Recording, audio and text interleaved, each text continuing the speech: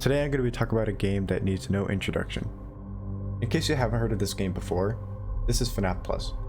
FNaF Plus is a game being developed by Phisnom or Film.org, and is a part of the Fazbear Fanverse initiative. Phisnom is a developer who has made a couple of well-known games in the FNaF community, such as A Shadow Over Freddy's or FNaF Open Source.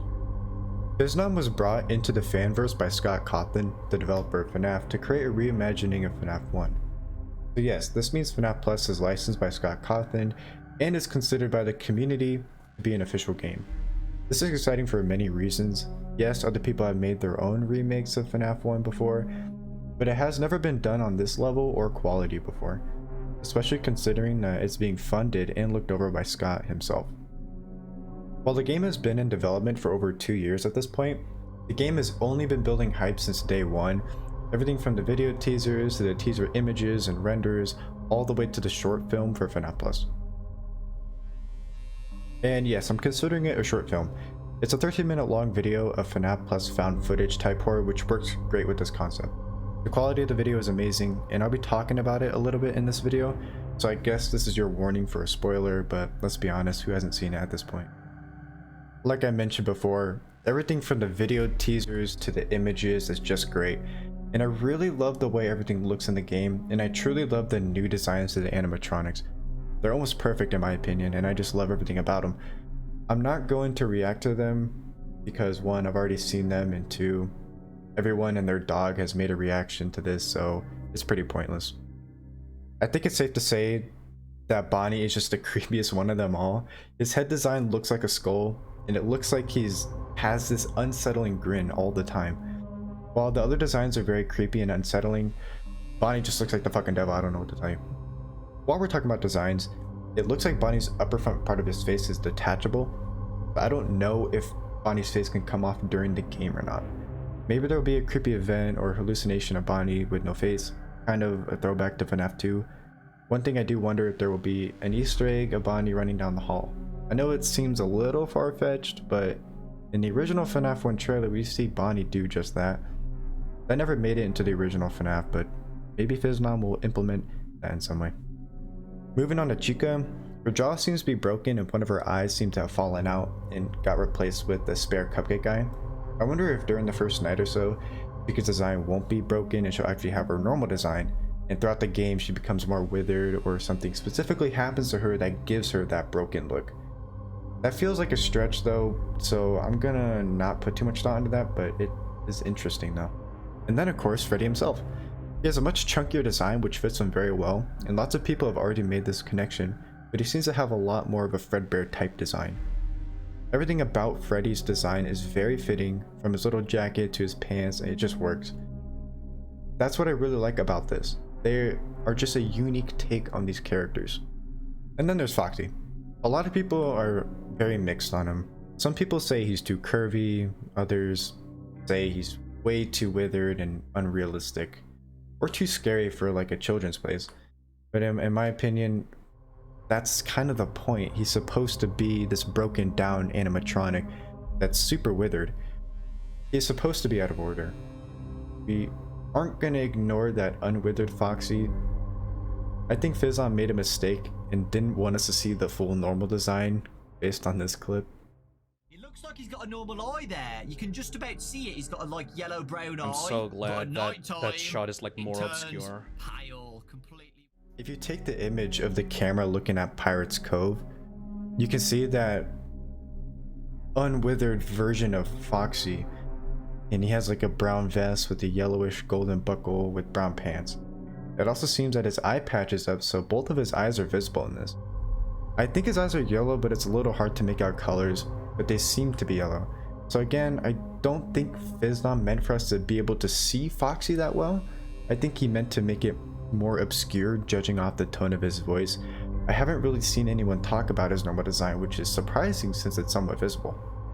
Now for the puppet. I mean, I really like the design. I like that it's different. A more humanized puppet mask is really cool. Very creepy, and overall a great take on the puppet. We haven't seen any design for the body, so there's nothing to really judge there, but I'm sure it looks really good as well. And judging off the other designs, I think it's safe to say the puppet's design won't disappoint. I don't think the puppet will be an actual enemy in the game. If you look at the FAQ, it says no other animatronics aside from the one seen in the original game will act as enemies during gameplay. This clearly means that the puppet will not be attacking you. However, there will be extra nights and challenges. So while I don't think the puppet will attack you in the main 5 nights, I do think there will be an extra game mode or a challenge where the puppet does attack you. Maybe in plus mode, the puppet will act as an enemy in there. I mean, we'll just have to wait and see when the game comes out. And then of course, Golden Freddy. This one is just a big mystery. No design has been seen anywhere about this animatronic. But that doesn't mean he will not show up in the game at all. Phisnom literally says no content will be removed, only added or expanded on. This obviously means all animatronics in the original will remain in the game. Either way, Golden Freddy is a big part of FNaF as a whole, and it would be kind of stupid if he didn't show up in FNaF Plus. A lot of people say that Golden Freddy's head can be seen in Breaking and Entering around the 12-minute and 30-second mark, but I personally do not think that's Golden Freddy's head. It looks like normal Freddy, but the lighting is making it look yellow. But of course I could be wrong. That could be Golden Freddy, who knows? I think it's time to talk about Breaking and Entering a little bit more, because it has a lot of little details not a lot of people know about, and I'm not going to be breaking down all the hidden text and secrets that has already been covered to hell and back by other creators, but I think it is important to recognize. For one, you can see Foxy multiple times throughout the video, way before you even see him by the office. You can see him once when our protagonist points the camera up slightly to flip the page, and you can see Foxy again when our protagonist looks up from his ghost detector. These moments are so quick and they're hard to see, and not a lot of people even know about it still. And then of course you can also see Foxy through the camera down the hallway, which looks like a throwback to Bonnie down the hallway in the original FNaF 1 trailer. A small yet important detail that gets overlooked in parts of the service room is where you can see the camera is on.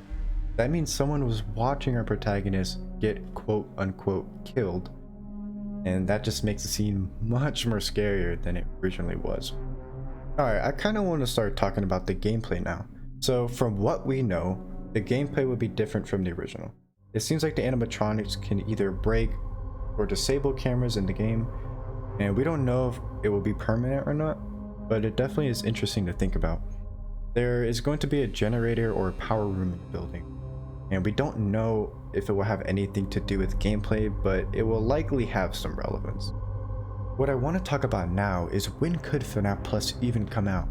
This is obviously a tough question to answer since Phisnom is being very quiet on this, and for good reason.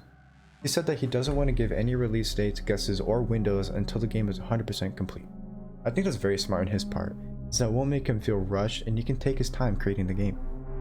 If he makes guesses on release dates, he would start to feel rushed or pressured to complete and release the game on those days. Kind of like what happened with Steel Wool and Security Breach. Phisnom said the final trailer for FNaF Plus will have the release date, so that means he will have to complete the game, then create the trailer with the release date. But who knows, maybe the trailer is already ready to go and he's just waiting on the completion of the game. I think it's reasonable to assume we could get this game this year in 2022. I can't wait to see how wrong I am about this, but I think it's very possible we could get this game anywhere between early November to late December, and maybe early next year. I think it's safe to assume we won't get this game in October though. I'm really thinking it's gonna be like October. I don't think it's gonna be October. Well, that's what I wanted to talk about for this game. I'm really excited about this and I can't wait to see the final product and actually get to play it. I hope you guys really enjoyed the video, and if you're watching up until this point, I really appreciate it. This is my first commentary video where I talk about something, and I'm open to any structured criticism on how I can improve. That's gonna be it for now. See ya.